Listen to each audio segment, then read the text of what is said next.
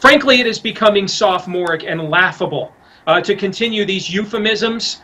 And when you have Ed Schultz now abandoning ship because we've just lost all moral clarity that not even he can stand on MSNBC and defend, I think that's a pretty good indication that the reach has exceeded the politically correct grasp of this White House. I guess I would never use Ed Schultz as an indication of any necessarily moral.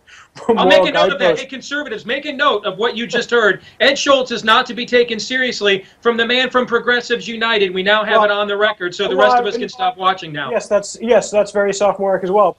Yesterday, during our political panel, we heard both conservative Steve Deace and progressive Josh Orton use the term sophomoric. Sophomoric, as in sophomore, from the Greek, meaning wise fool. It's a standard description for college students in the second year of their undergraduate studies, but you can graduate from college and remain a sophomore. Consider the case of Marie Harf, the spokeswoman at the State Department, who offered this somewhat simplistic, dare I say sophomoric assessment of how to fight Islamic terrorists during her appearance 2 evenings ago on MSNBC's Hardball. We cannot win this war by killing them. We cannot kill our way out of this war. We need, in the longer term, medium and longer term, to go after the root causes that leads people to join these groups, whether it's lack of opportunity for jobs. We can work with countries around the world to help improve their governance. We can help them build their economy so they can have job opportunities for these people. You're right. There is no easy solution in the long term to preventing and combating violent extremism. But if we can help countries work at the root causes of this, what makes these 17-year-old kids pick up an AK-47 instead of try to start a business? Maybe we can try to chip away at this problem. Well, critics did not chip away. They blasted away when they heard Ms. Harf's remarks. So to do a little damage control, the State Department sought another friendly forum for Marie to again explain herself, and they decided on CNN's Situation Room with Wolf Blitzer. On that program, Marie Harf doubled down on her earlier comments, then offered what she deemed a clever counter-criticism. So you suggested that maybe if you find these young men jobs, they might not become terrorists, right? Well, I think that's a gross oversimplification.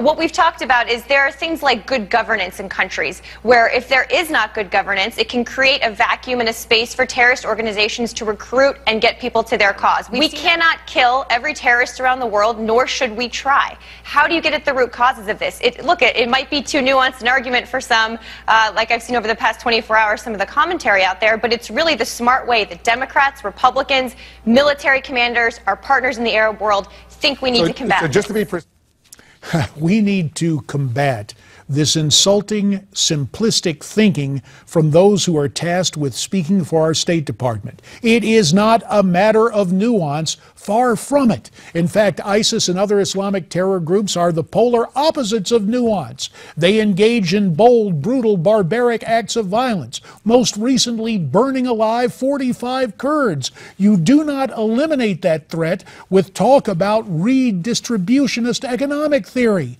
Instead, you eliminate terror by eliminating terrorists. But I do understand the method to Ms. Harf's madness. By concentrating on redistribution, you avoid talk of religion. That way, the administration stays mum, never uttering the M word Muslim or the I word Islam or the altogether appropriate term Islamic terrorism. It's the curious vow of omerta in this age of Obama, never affix a religious ideology to those engaged in terror. Still, give Ms. Harf high marks in comparison to another of President Obama's sophomores.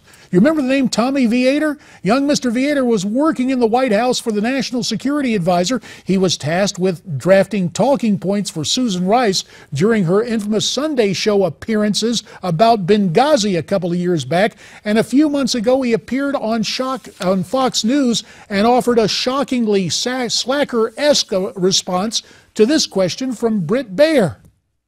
You don't remember? Dude, this was like 2 years ago. We're still talking about the most mundane it is the thing process that everybody is talking about. We're talking about the process of editing talking points. That's what bureaucrats do all day long. Dude, that was like 2 years ago. And in the case of Marie Harf, with a master's degree in international relations from UVA, sorry to sound sophomoric, but Marie Harf makes me want to barf.